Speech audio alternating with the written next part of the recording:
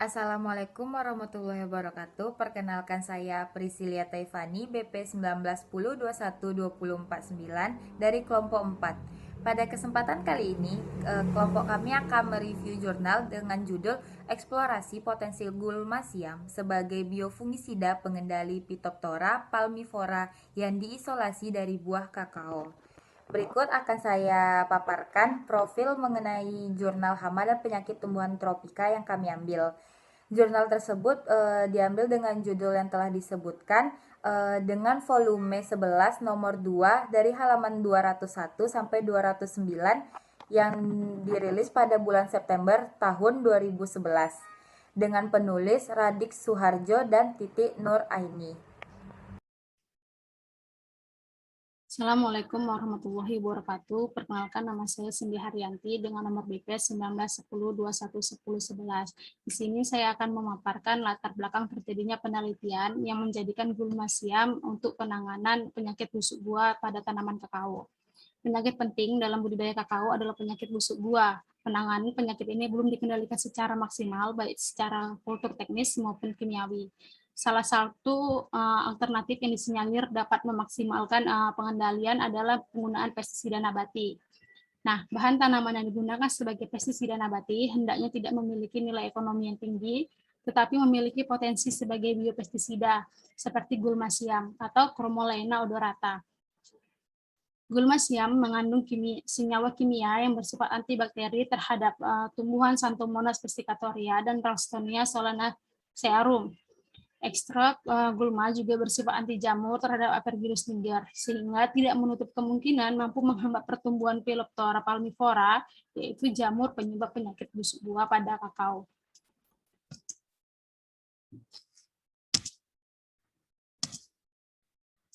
Berikutnya saya akan memaparkan klasifikasi gulma siam secara ilmiah, yaitu kingdomnya yaitu berasal dari tumbuhan yaitu Plantae, kemudian divisinya Magnoliophyta, kelas Magnoliopsida, subkelas Asterales, famili Asteraceae, genus Chromolaena, dan spesies Chromolaena odorata. Sekian pemaparan dari saya, akan dilanjutkan oleh teman saya.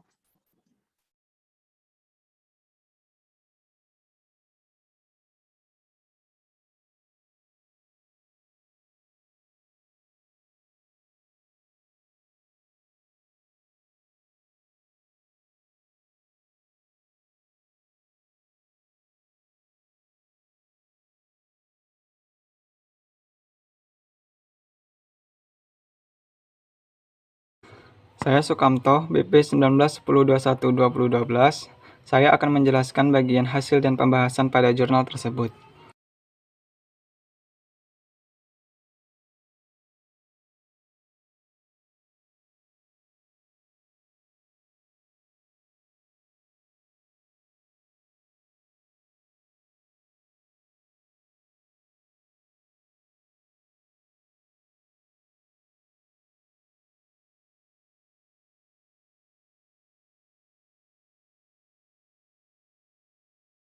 Yang pertama, data hasil survei lapang terhadap sebaran gulma siam yang telah dilaksanakan di beberapa lokasi menunjukkan bahwa gulma ini dapat tumbuh di berbagai sistem penggunaan lahan, seperti sawah, bantaran sungai, lahan kosong, tepi jalan, dan perkarangan. Pada semua daerah sampel yang diamati, lahan kosong yang tidak dirawat lebih banyak ditumbuhi oleh gulma siam dibandingkan dengan lahan lainnya.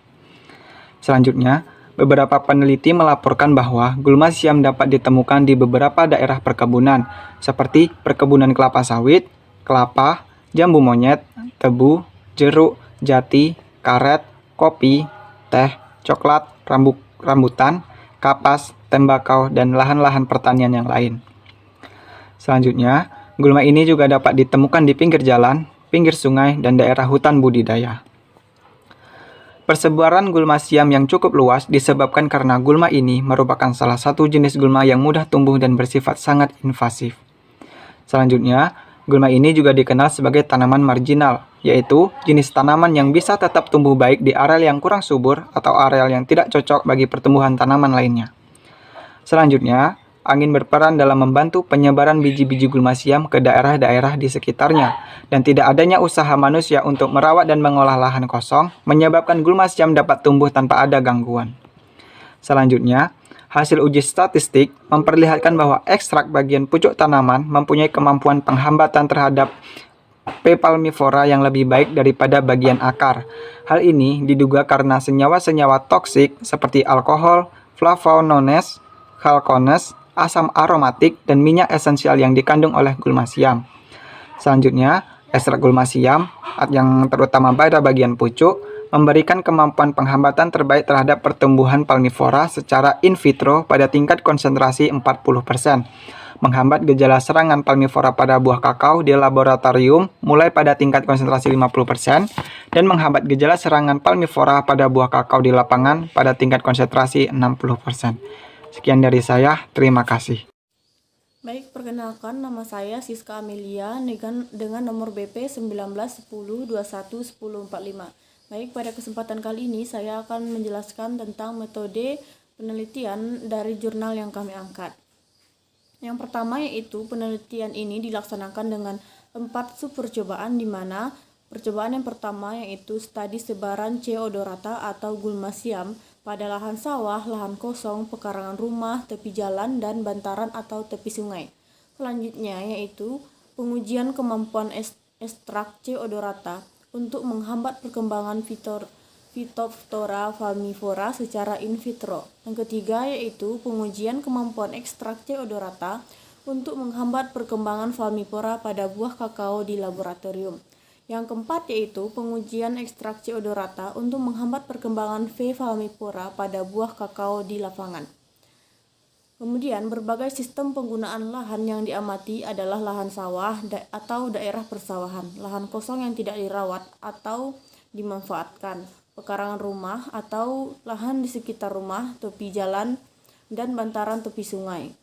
Selanjutnya yaitu tentang studi sebaran Chloromulaena odorata, di mana kajian ini dilakukan untuk memperoleh informasi tentang lokasi tempat gulmasiam atau tumbuh dan mudah ditemukan, di mana informasi ini akan menunjukkan tingkat ketersediaan gulmasiam sebagai bahan biopestisida. Selanjutnya yaitu daya fungisida ekstrak C. odorata, di mana percobaan tahap kedua ini dilakukan untuk mempelajari kemampuan ekstrak gulmasiam dalam menghambat pertumbuhan in vitro V. falmifera. Ekstraksi dilakukan terhadap 2 bagian gulmasiam, yaitu pada akar dan pucuk atau gabungan antara daun dan batang muda. Ekstraksi dilakukan dengan cara memblender secara terpisah masing-masing jaringan gulma tersebut sebanyak 1000 gram yang ditambah dengan 1000 ml air. Setelah itu suspensi kental masing-masing jaringan disaring menggunakan kain kasa.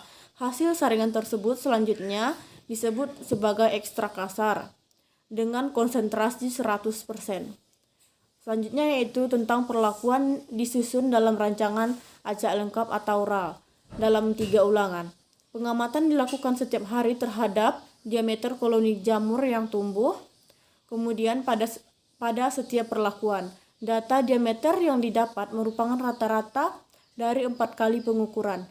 Data yang didapatkan kemudian dianalisis dengan sidik ragam dan dilanjutkan dengan uji beda nyata terkecil atau BNT pada taraf nyata 5%. Mungkin itu yang dapat saya jelaskan. Terima kasih.